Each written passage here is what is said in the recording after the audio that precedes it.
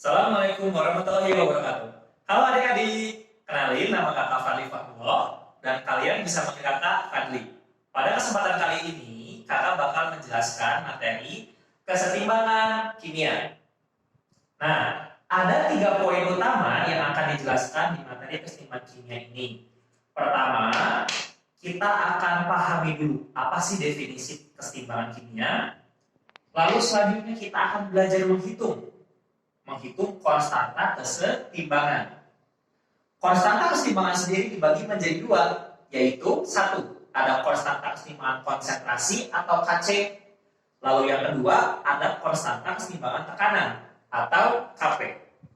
Lalu yang terakhir ada yang namanya asas Lekatelier atau orang-orang lebih umum menyebutnya faktor-faktor yang mempengaruhi kesetimbangan kimia. Nah, sekarang kita akan bahas dulu definisinya. Apa sih kesetimbangan kimia itu? Nah, di sini kakak nggak akan menjelaskan dulu secara definisi. Kesetimbangan kimia adalah bla bla bla. Tapi kakak akan coba ajarin dari konsep dasarnya seperti apa.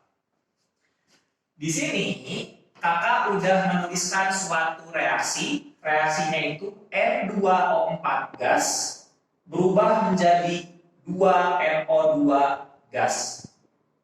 Seperti yang telah kalian pelajari di materi stoikiometri ketika kelas 10, kalian udah tahu dong tentang grafik, bukan grafik, tapi pola kayak gini nih, mula-mula, reaksi, sisa. Masih ingat dong? Nah, sekarang coba kita misalkan, kalau si N2O4-nya itu kita punya 2 mol. Ini masih 0 dong, belum ada, karena masih mula-mula. Lalu, supaya dia habis reaksi, supaya N2O4-nya sisanya 0, maka harus ada sebanyak 2 mol yang bereaksi. Berapa banyak yang terbentuk? Tentu 4 mol. Kalau dari mana 4 mol? Aku lupa lagi. Lihat koefisiennya.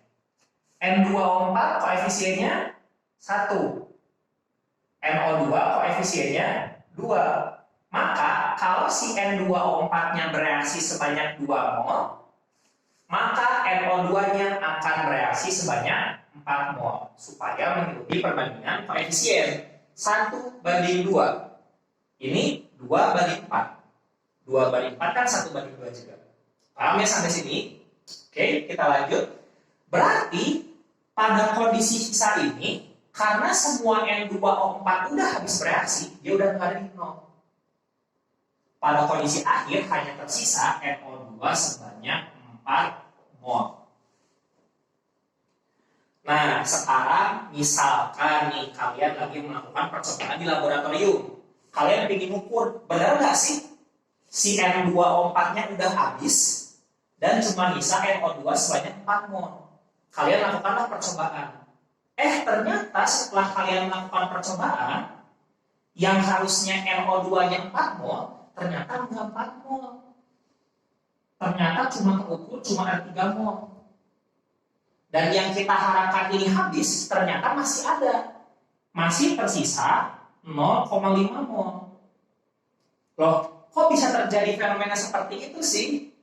Nah, disinilah yang disebut dengan reaksi kesetimbangan kimia. Kalau kalian di materi-materi sebelumnya hanya mengenal reaksi yang satu arah, sekarang kalian akan mengenal reaksi yang 2 arah. Reaksinya bolak-balik nih panahnya juga. Nah, si ini kenapa ini 3 mol dan ini 0,5 mol? Karena ketika dia udah terbentuk 4 mol, ketika kondisinya udah jenuh, dia mengalami pergeseran kesetimbangan. Jadi dari 4 mol ini, sebagian ada yang balik lagi ke si N2O4. Makanya yang 4 mol ini dia berubah jadi 3 mol dan si N2O4 masih tersisa 0,5 mol. Gitu. Ya. Jadi dari sini bisa kita simpulkan apa sih arti dari reaksi kesetimbangan kimia itu? Artinya adalah reaksi yang bersifat reversible atau dalam bahasa Indonesianya dapat balik. Atau bahkan sesimpel kalian nggak usah bingung sama artinya, lihat aja reaksinya. Panahnya bolak-balik kan, artinya reaksinya bisa geser ke kanan maupun geser ke kiri. Sebagai tambahan informasi, kalau intinya kalau panahnya satu berarti disebut irreversible. Tapi kalau ini yang keseimbangan, yang reaksinya bolak-balik disebut reversible. Seperti itu. Ya. Nah, kalian udah paham nih, ternyata si reaksinya beres begitu aja, masih bisa balik lagi nih, gitu. Jadi nggak mungkin nol di sininya kalau reaksinya keseimbangan. Nah, hal ini akan kita coba visualisasikan di grafik. Grafik yang akan kita gambarkan adalah grafik konsentrasi terhadap waktu. Konsentrasi terhadap waktu. Nah, sekarang coba kalian lihat deh di sini. Mula-mula N2O4 itu sebanyak 2 mol. Berarti pada kondisi mula-mula itu kan ketika waktunya masih 0 dong. Nah, terdapat N2O4 sebanyak 2 mol di sini. Ya. Lalu pada mula-mula NO2-nya belum ada, masih 0. Maka kita coba tandain, ini masih 0. Masih 0 mol. Seiring waktu berlalu, ini kan namanya reaktan. Artinya, semakin waktu berlalu, reaktan akan berkurang. Maka kita akan gambarkan grafiknya dia turun. Lalu, yang namanya produk, lama-kelamaan akan bertambah. Maka, untuk si produk, grafiknya adalah naik. Yang warna biru itu punya NO2, dan yang warna merah itu punya N2O4. Sampai sini ada yang tanyakan dulu? Gak ada ya? Oke, kita lanjut. Nah, lalu dari sini kalian bisa lihat ya visualisasinya. Lama-kelamaan turun, tapi nggak sampai 0 kan? Nih, nggak sampai menyentuh titik 0. Begitupun ini, lama-kelamaan naik. Dan kalian akan sadar sesuatu, akan ada kurva yang datar di sini. Apakah reaksinya beres? Enggak. Yang namanya reaksi keseimbangan itu akan terus terjadi bolak-balik. Nah, lalu ketika kondisinya udah datar, nah ini disebut yang namanya kondisi setimbang. Kondisi setimbang. Kondisi setimbang bukan berarti reaksinya beres. Reaksi bolak-balik itu akan terus berlangsung. Tetapi karena laju pengurangan dan laju penambahannya sama besar, jadi seakan-akan kalau kita amati langsung, seakan-akan reaksinya itu beres, padahal enggak. Kayak gitu. Ya. Nah, dari kondisi keseimbangan ini baru akan kita bahas yang namanya konstanta keseimbangan kimia. Nah, lalu kita akan masuk ke poin pembahasan kedua, yaitu tentang konstanta keseimbangan, baik Kc maupun Kp. Tapi terlebih dahulu sebelum kita membahas bagaimana cara menyatakan konstanta keseimbangan, kita harus bisa bedain dulu nih tipe-tipe reaksi keseimbangan. Nah, dia itu dibagi dua. Ada reaksi keseimbangan homogen dan ada reaksi keseimbangan heterogen. Apa sih bedanya? Sebetulnya dari kata-katanya itu udah jelas ya. Homogen berarti sama, heterogen berarti berbeda. Pertanyaannya, apa sih yang sama dan apa sih yang berbeda? Nah, homogen itu artinya semua fasa sama. Semua fasa dalam reaksi itu sama. Nah, kata kuncinya sama. Contoh, perhatikan reaksi berikut. N2 fasenya gas, ditambah H2 fasenya gas, kesetimbangan menjadi NH3 fasenya gas. Nih, fasenya gas, gas, gas. Jadi semuanya sama. Lalu, kalau reaksi heterogen berarti kebalikannya. Fase-fase zat yang bereaksi itu berbeda. Sekarang kita coba lihat contoh reaksi berikut. Fe fasenya S, solid, ditambah CO, fasenya gas, menjadi FeCO5 kali, fasenya gas. Jadi ada dua jenis fase, yang satu solid, yang satu gas. Nah, setelah kalian bisa menyatakan reaksi kesetimbangan, barulah kita akan langsung membahas konstanta kesetimbangan. Nah, pertanyaannya kenapa sih harus bahas homogen heterogen? Karena nanti akan ada perbedaan menyatakan konstanta yang homogen sama yang heterogen. Nah, sekarang kita akan coba pahami definisi konstanta keseimbangan kimia secara umum. Coba perhatikan bagian ini. Menyatakan konstanta keseimbangan secara umum dulu ya, kita nggak bicara dia KC ataupun Kp. Misal ada reaksi A ditambah B menjadi C ditambah D, dan yang warna merah ini adalah koefisiennya. Lalu nilai K itu dinyatakan sebagai hasil kali si produk dipangkatkan koefisien dibagi hasil kali dari reaktan dipangkatkan koefisien. Nih teman-teman bisa lihat ya, ini kan produk C dan D, ini C dan D. Lalu C kecil dan D kecil adalah koefisien kan? Nah lalu masing-masing mereka dipangkatkan koefisien. Begitupun dengan reaktannya. Supaya lebih jelas, langsung kita contoh soalnya aja dari reaksi yang berikut ini. Dan lalu akan kita bedakan bagaimana si KC dan si KP. Sekarang coba kita nyatakan nilai KC-nya dulu ya. KC. KC itu udah dibilang konstanta keseimbangan konsentrasi. Berarti besaran yang dimasukin juga harus konsentrasi juga. Berarti di sini produknya siapa? NH3 kan? Berarti konsentrasi NH3 dipangkatkan koefisien. Koefisiennya 2. Pangkat 2 di sini. Udah habis, nggak ada lagi. Berarti sisanya reaktan. Berarti konsentrasi N2 pangkat 1 karena koefisiennya 1 dikali konsentrasi hidrogen pangkat 3 karena koefisiennya 3. Nah, lalu apa sih bedanya dengan Kp? Simpelnya gini aja, kalau Kc bicara konsentrasi, berarti yang dimasukin adalah molaritas dong. Nah, kalau Kp tekanan, berarti besaran tekanan yang dimasukin. Biasanya adalah atmosfer. Tekanan dalam bentuk atmosfer. Nah, sekarang kita coba tulis juga ya, Kp-nya seperti apa. Berarti Kp itu sama aja teman-teman. Caranya sama, cuma bedanya kalau ini konsentrasi, berarti ini pakai tekanan. Jadi, tekanan NH3 pangkat 2 dibagi tekanan N2 pangkat 1 dikali tekanan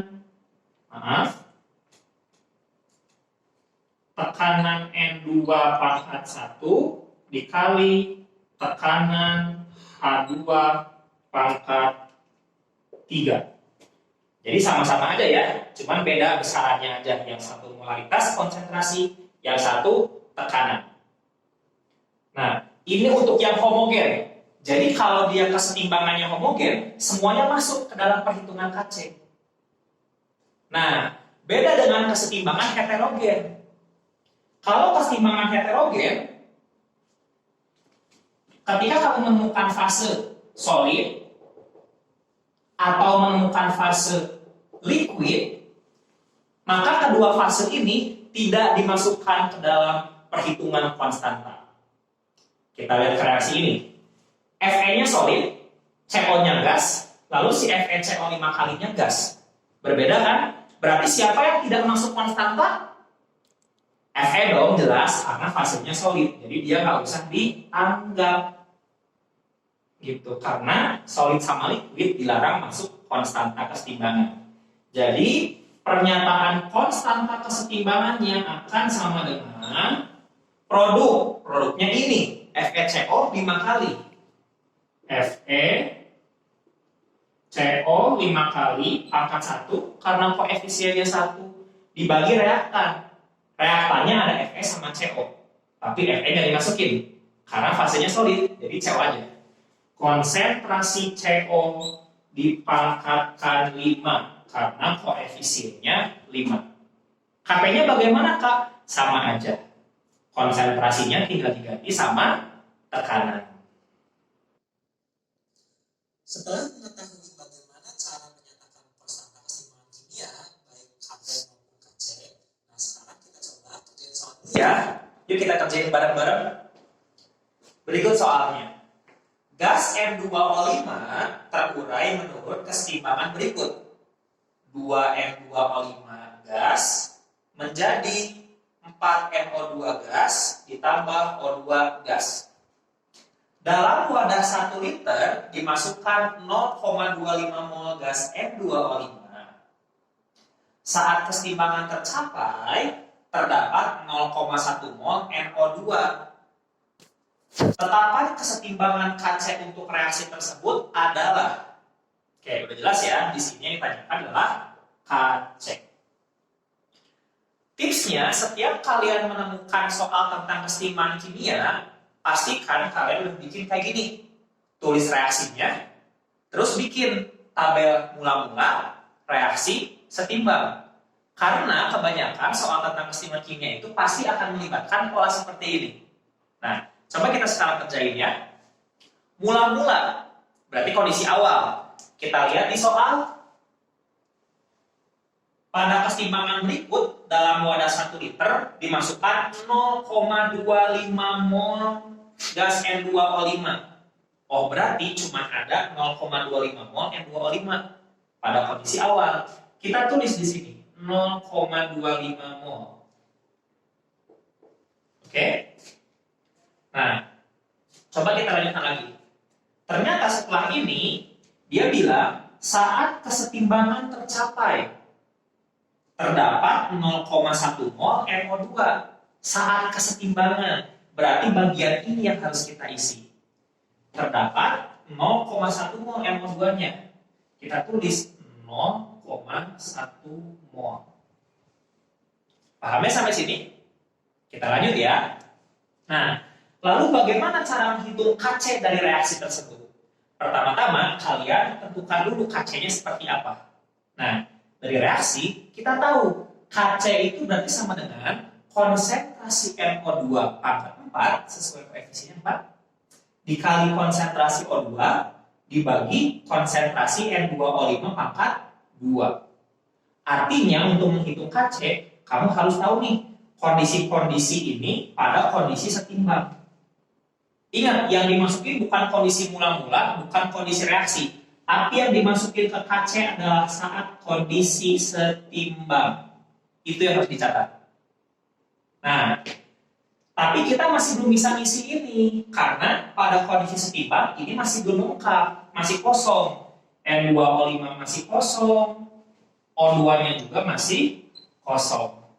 Nah, maka kita hitung aja pakai prinsip stoikiometri. Mula-mula ada 0,25 mol N2O5. Berarti ini belum ada dong, 0, strip. Nah, kita pun nggak tahu berapa yang bereaksi. Tapi, kita lihat pada kondisi setimbang, terdapat NO2 sebanyak 0,1 mol. Logikanya, kalau awalnya 0, berarti berapa yang reaksi di sini terbentuk? 0,1 dong, maka kita tulis 0,1. Dari sini tinggal gunakan perbandingan koefisien. Kalau NO2 yang terbentuk 0,1, maka oksigennya berapa? Lihat, koefisiennya 1, ini 4. Berarti 1/4 dikali 0,1. 1/4 dikali 0,1. Berarti sama dengan 0,025. Paham ya?